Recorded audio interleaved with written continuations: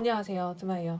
오늘은 많은 분들이 굉장히 관심을 많이 가지실 만한 시술에 대한 이야기입니다. 제가 결혼 전에 받아봤던 시술이나 수술들에 대한 이야기를 해보면서 그 전에 한 10여 년 전부터 제가 받았던 시술들, 근데 그 중에서도 결혼을 준비하면서 많이 받는 시술들이 있잖아요. 요거에 대해 이야기를 해보면서 이제 본식, 결혼식 날 기준으로 언제쯤 받으면 좋은지 이걸 타임라인별로 좀 정리를 해보려고 해요. 시술을 권장한다 이런 영상이라기보다는 이제 웨딩이라는 특수성을 고려해서 고민되는 부분들을 해결하고자 하는데 이런 시술들을 언제 해야 될까? 그리고 어떤 시술들이 있을까? 이런 걸 이야기를 해보려고 합니다. 가장 먼저 레이저 제모. 추천 시기는 본식 1년 전. 지금 더 오랜 기간이 남았다면 더 빠르게 진행해 보셔도 좋아요. 특히 결혼식을 준비하면서 어느 부위를 하냐? 여자는 겨드랑이, 남자는 요 인중이랑 턱수염 여기를 많이 제모합니다. 이건 꼭 웨딩이 아니라도 평소에 이런 부분에 대해서 신경 쓰고 싶지 않다 하시는 분들은 레이저 제모를 받아보시면 좋습니다. 근데 제가 방금 10초 전까지도 시술을 권장하는 그런 건 아닙니다 라고 했는데 이건 정말 좀 추천하고 싶은 시술 중 하나이긴 해요. 한 중학교 한 3학년쯤부터 이제 여기에 털이 올라왔던 것 같아요. 그래서 그때 당시에는 이제 이런 시술이나 이런 것들에 대한 정보가 없었어서 그 녹이는 거, 왁싱 타입 그런 것들로 뜯어내기도 하고 쪽집게로 하나씩 뽑기도 했었거든요. 진짜 제가 어릴 때부터 가치관이 조금 성립되기 전부터 그냥 저는 이 털이 너무 싫었던 것 같아요. 그래서 저는 이 겨드랑이는 20살 때 바로 레이저 제모를 했습니다. 그래서 지금 여기에 털이 안 나요. 물론 놓친 애들이 있어. 그래서 여기 한 2가닥, 여기 한 3가닥 이런 식으로 얇은 털이 나거든요. 그런 것들은 그냥 하나씩 뽑아주면 되는데 아무튼 이 시술은 제가 그렇게 어릴 때 받고 지금까지도 만족하고 있는 시술 중 하나예요. 물론 그냥 이거 밀면 돼요. 수염도 밀면 돼. 나는 레이저 제모까지 하고 싶지 않아. 이런 거에 시간을 쏟고 싶지 않아 하면은 그냥 밀면 됩니다. 근데 남자분들 턱수염이 조금 에러예요. 아침에 아무리 바짝바짝 밀어도 털이 좀 빠르게 자라시는 분들, 털이 잘 올라오시는 분들, 평소에도 저녁만 되면은 이제 푸르딩딩해지시는 분들은 웨딩 촬영하면서 한 점심쯤 되면 여기가 파랗게 올라오거든요. 그 메이크업을 뚫고 올라오면서 이게 원래 평소에 보던 수염보다 더 지저분해 보이게 나와요. 이거 보정되지 않냐?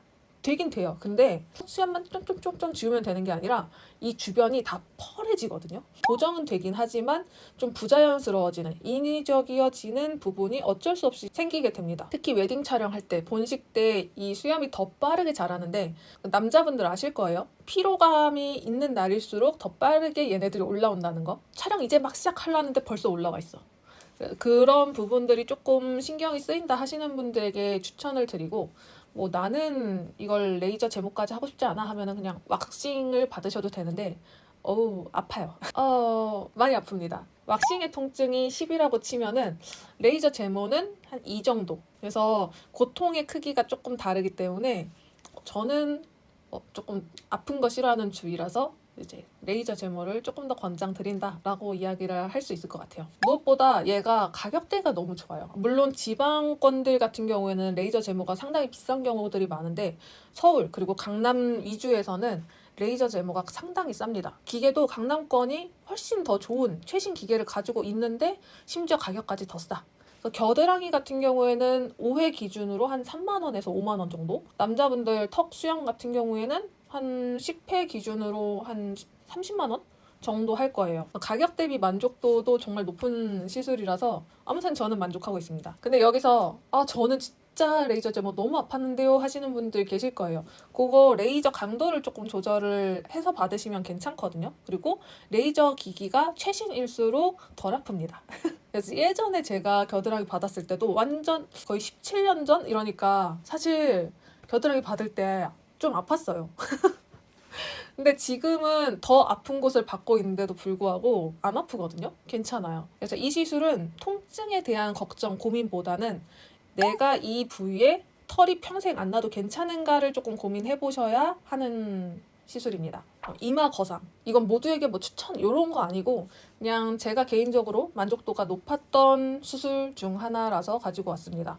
추천 시기는 최소 1년 전. 만약에 스튜디오 촬영을 안 한다라고 하면 한 반년 전도 괜찮습니다. 이 수술에 대해서는 제가 정말 상세하게 수술하고 나서랑 뭐 2년 뒤에도 제가 영상을 많이 찍었었는데 이걸 계속 이야기할 수밖에 없는 이유는 진짜 DM이 많이 와요.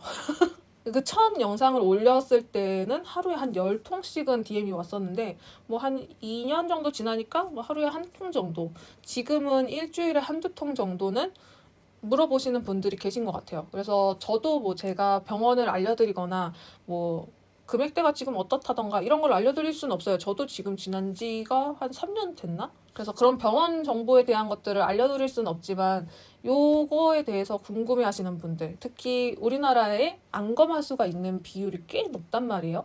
그런데 이게 20대 때는 쌍꺼풀 수술하면서 그냥 이걸 살을 찝어서 올려버리니까 안검 하수가 고쳐진 게 아닌데 고쳐진 것처럼 보여지는 걸로 난 괜찮아 라고 만족하면서 산단 말이에요. 그런데 나이가 들수록 시간이 지나서 눈꺼풀이 처질수록 안검 하수가 잡힌 건 아니었구나. 그리고 나는 쌍꺼풀 수술을 했는데도 눈뜨기가 되게 힘든 사람이구나를 나중에 자각을 한단 말이지. 그래서 그런 사유로 저한테 DM을 주신 분들이 진짜 너무 많았어요. 그런데 많은 분들이 또 어디서 느끼냐면 프로필 사진이나 이렇게 웨딩 촬영을 하고 나서 내가 생각했을 때의 내 느낌은 이게 아니었는데 왜 사진에서 이렇게 못생기게 나오지? 라는 것들을 느끼게 된단 말이죠. 제가 사진을 갖고 왔거든요. 제가 사진을 보여드리면 이거 2015년도 사진이에요. 그래서 지금 딱 10년 전이죠. 이게 아이라인 좀 두꺼운 그 메이크업 탓도 있고 이때는 입술을 진짜 얇게 그리는 그라데이션이 유행했었을 때예요. 그래서 입술을 절반밖에 안 그렸어. 그래서 이런 느낌이 나는 그런 느낌이긴 한데 자, 같은 시기에 다른 사진들을 보면은 이것도 눈 모양이 꽤나 다르거든요. 요 차이가 어떤 차이였냐면 이 수술하기 전에 제가 눈을 뜰 때는 항상 이마에 힘을 주고 이렇게 이마를 들어 올려서 눈을 뜨는 방식으로 눈을 떴단 말이에요. 이마에 힘을 못 받고 그냥 눈을 뜨면 이렇게 눈을 뜨게 되는 안검 하수를 갖고 있었어요. 그런데 제가 그냥 뭐 셀카를 찍을 때는 눈을 이렇게 치켜뜨고 이렇게 찍으니까 괜찮았는데 이런 프로필 사진 같은 것들을 찍을 때는 더 처지게 나와요. 그리고 이제 2년 뒤에 2017년에 제가 프로필 사진을 찍었는데 이때 사진을 보면 지금 2년 차이에요. 2015년도와 2017년도 사이에 제가 얼굴을 건든 게 하나도 없습니다. 시술을 한 것도 하나도 없어요. 지금 그냥 요거는 메이크업 차이거든요. 메이크업 차이만으로도 좀 달라 보이긴 해요. 그치만 그럼에도 불구하고 눈에 힘을 뺀 요 사진의 느낌에서는 그 눈이 이렇게 가다가 이렇게 찌그러지는 그 느낌은 있단 말이에요. 근데 2022년 10월 이거는 수술하고 9개월 뒤거든요. 제가 이때 촬영한 웨딩 촬영. 요때는 눈을 내리 깔아도 뭔가 시원하게 둥글게 이렇게 있는 모습. 그러니까 이게 눈을 내리 깔아도 이렇게 해서 이렇게 되느냐, 눈이 동그랗게 있냐, 요 느낌 차이가 상당히 좀 개인적으로는 다르게 느껴졌다. 2023년 7월 요거는 수술 1년 반 뒤 정도 됐을 때죠. 그래서 요때 컷 보면은 요때도 눈매 라인이 괜찮습니다. 제가 이 수술에 대해 질문을 주는 그런 DM들을 받으면 미용적 목적으로 접근하시려는 분들한테는 이 수술을 권하지 않거든요.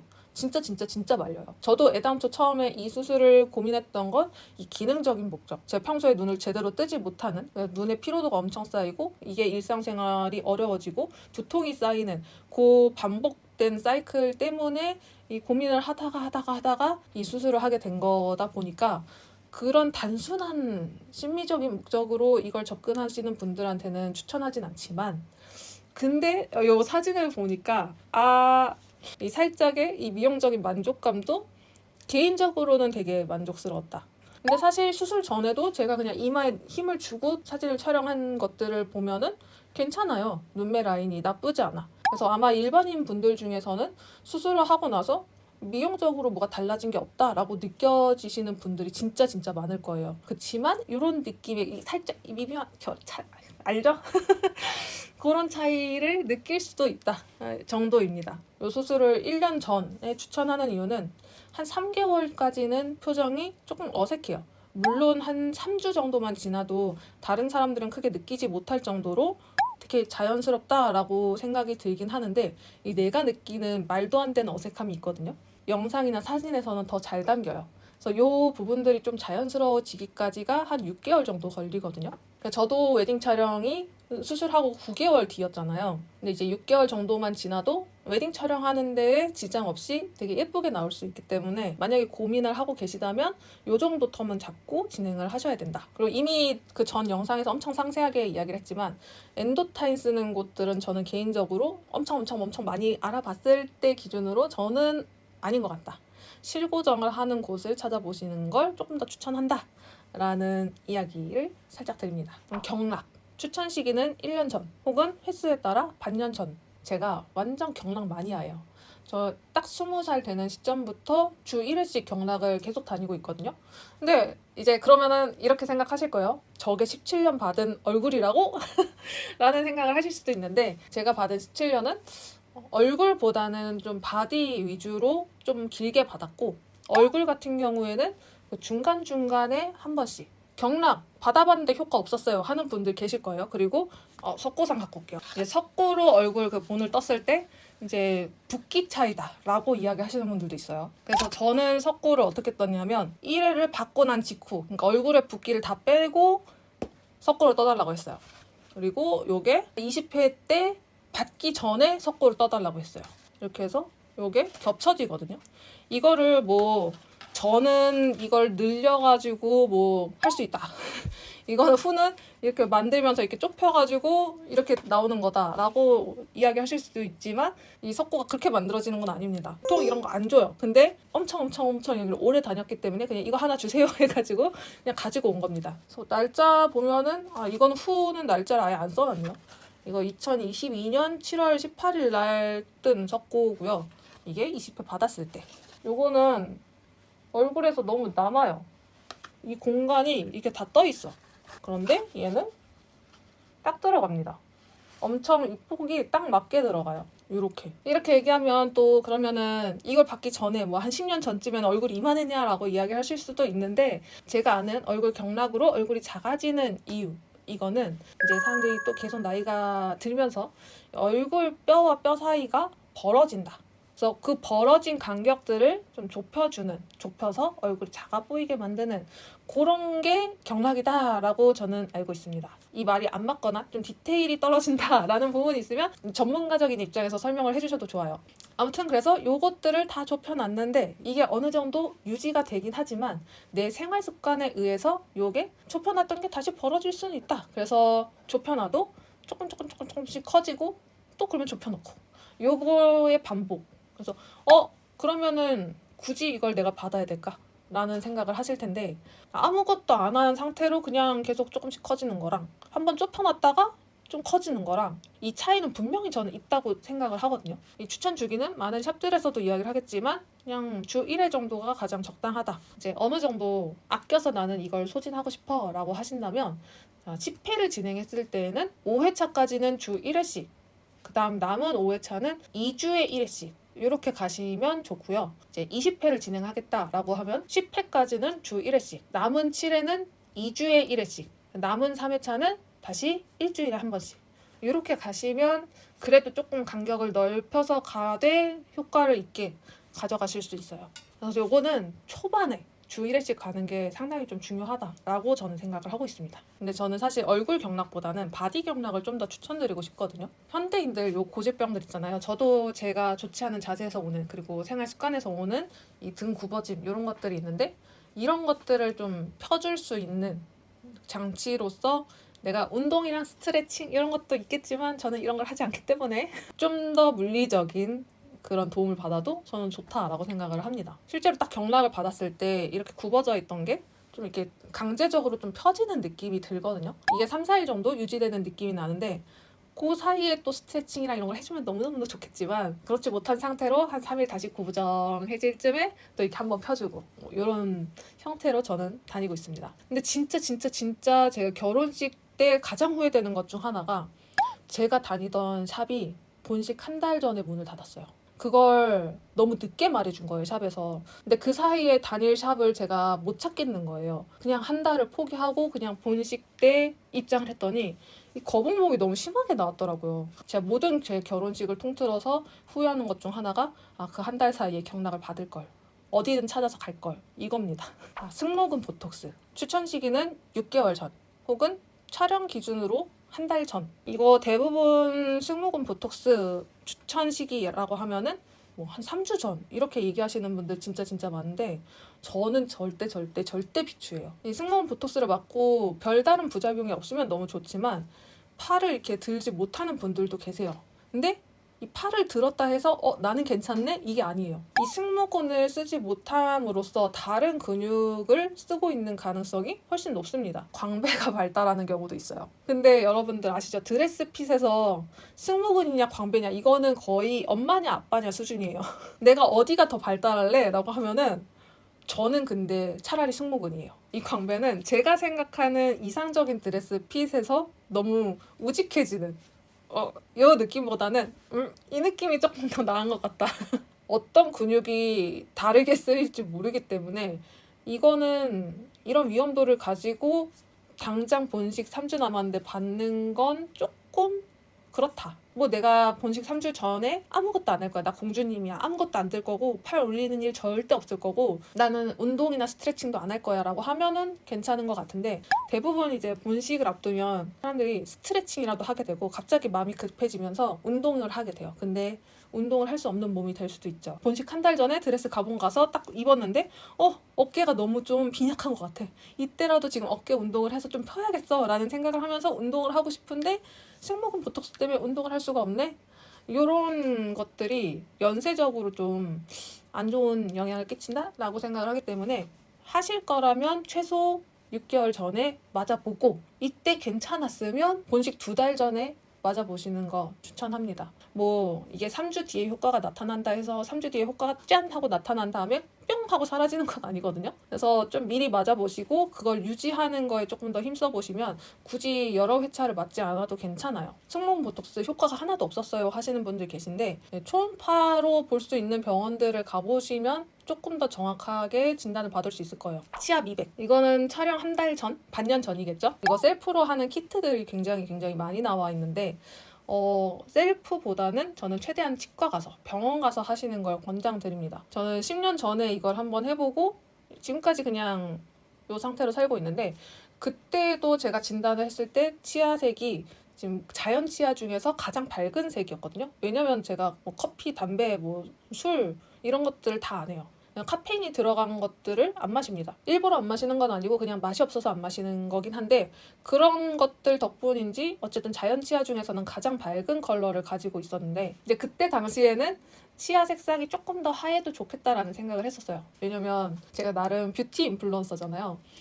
블로그를 하면서 사진을 찍는데 여기를 너무 크롭을 해서 찍으니까 치아가 너무 잘 보이는 거예요. 꽤 만족스럽긴 했었어요. 근데 지금 이 이야기를 하는 이유는 여러분들이 대부분 웨딩 촬영을 하고 나서 엄청 신경 쓰이는 것 중 하나가 치아 색상입니다. 와, 나는 내가 이렇게 치아색이 누런지 몰랐는데 세상 그냥 누렁니. 노랗게 나와. 이거에 충격받으시는 신랑 신부님들이 꽤나 많이 계세요. 혹은 그냥 앞니 요 4개까지는 괜찮은데 어금니부터 엄청 노란 분들이 꽤 계시거든요. 그래서 이런 고민을 되신다라고 하면은 한번 해보셔도 괜찮습니다. 이거는 막 엄청난 시술 이런 것보다는 크게 무리가 없는 것 중 하나라고 생각을 해서 근데 여기서 주의할 거는 나는 치아가 새하얄 거야 이런 식으로 너무 과도하게 많이 뺀다던가 뭐 치과에서 3회를 권장했다던가 했을 때는 그것보다는 1회를 받아보고 좀 추가를 할지 말지를 결정해 보시는 것도 저는 좋다고 생각을 합니다. 제 기준으로는 이제 저는 1회만 받았어도 굉장히 만족을 했었어요. 지금 제 치아색도 자연 치아 중에서 가장 밝을 수 있는 컬러에서 한두 단계 정도 살짝 어두운 정도입니다. 생각보다 자연 치아가 은근히 노래요. 너무 그런 거에 스트레스 받지 마시고 만약에 진짜 스트레스를 받는다 하시면 한 번 정도 받아보시는 거 괜찮다.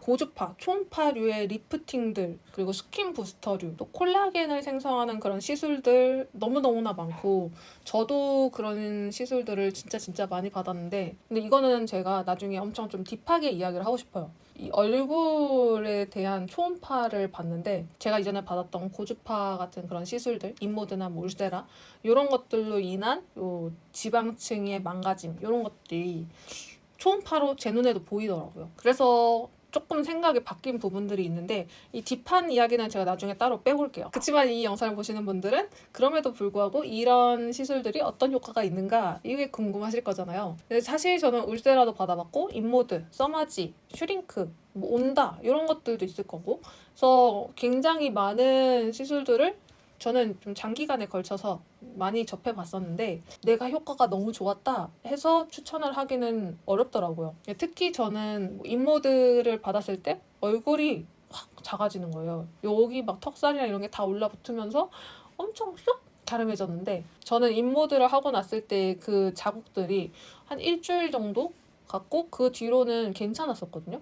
근데 같은 병원에서 같은 원장님으로 시술한 지인 같은 경우에는 그 멍이 3주 이상 안 빠졌어요. 다들 이제 이야기 하잖아요. 살이 많으면 뭐 인모드를 해라, 막 살이 없으면 이걸 해라, 뭐 그런 것들이 굉장히 많은데 그런 거 외에도 살성이나 그런 피부에 대한 그런 것들에 대해서도 같이 진단을 받고 시술을 결정해야 되더라고요. 많은 분들이 이런 타입에는 이거, 저런 타입엔 저거 하면서 이제 나는 이런 타입이니까 이 시술을 해야지라고 좀 고정적으로 생각을 하고 가시는데 그것보다는 상담을 좀 받아보시고 그 중에서 제가 효과가 있을 건 어떤 걸까요? 라는 걸 물어보시고 하시는 게 훨씬 더 맞는 답인 것 같다 라는 생각을 해봅니다. 아무튼 그래서 고주파나 초음파 리프팅 U의 시술을 한다 하면은 울세라 같은 경우에는 촬영 한 달 전, 본식 한 반년 전 이때 받으면 딱 적당한 것 같고 인모드 같은 경우에는 다운타임이 있기도 하고 보통 그냥 한 3회를 항상 권장을 하더라고요. 피부과에서.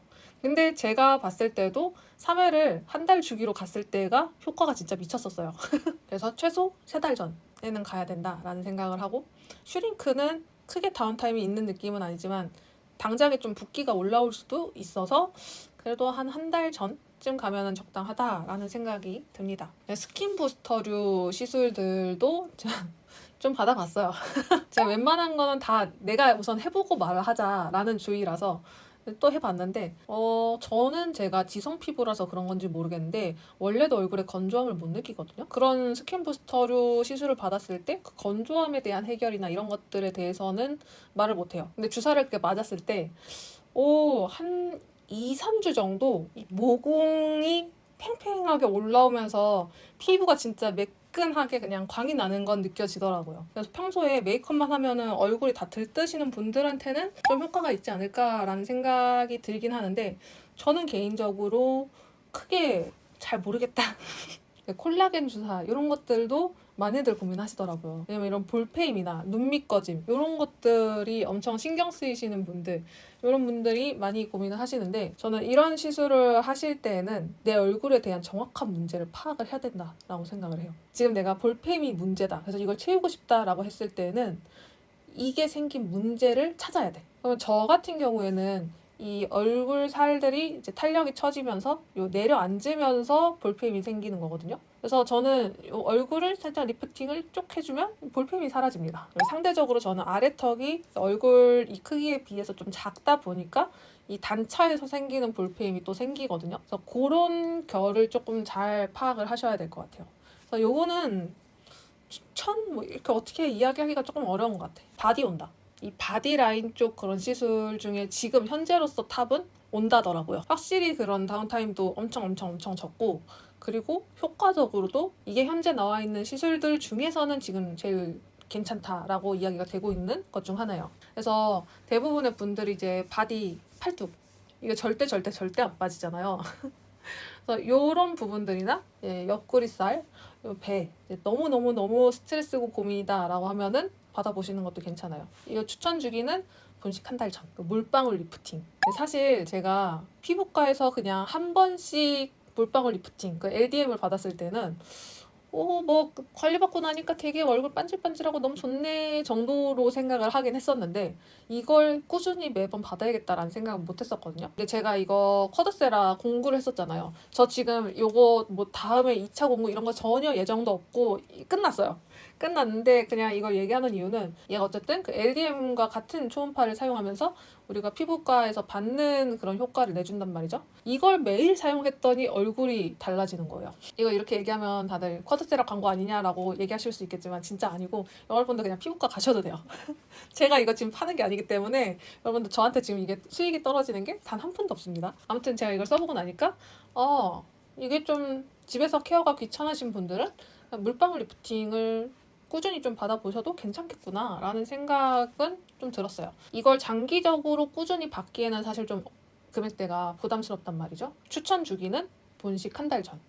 그래서 일주일에 한 번씩 좀 받아보시면 본식 날 그래도 꽤 광택 있는, 또 건조하지 않는 매끄러운 피부로 입장하실 수 있을 것 같다. 그리고 대부분 분들이 본식 한 달 전만 되면 와, 저 지금 뭐 할까요? 당장 할 수 있는 게 뭐가 있을까요? 이런 질문을 진짜 많이 하세요. 근데 본식 한 달 전은 뭘 추천하기가 어려워요. 이거는 뭘 해서 잘못되면 되돌리기 어려운 시기거든요. 그나마 추천할 수 있는 건 튠.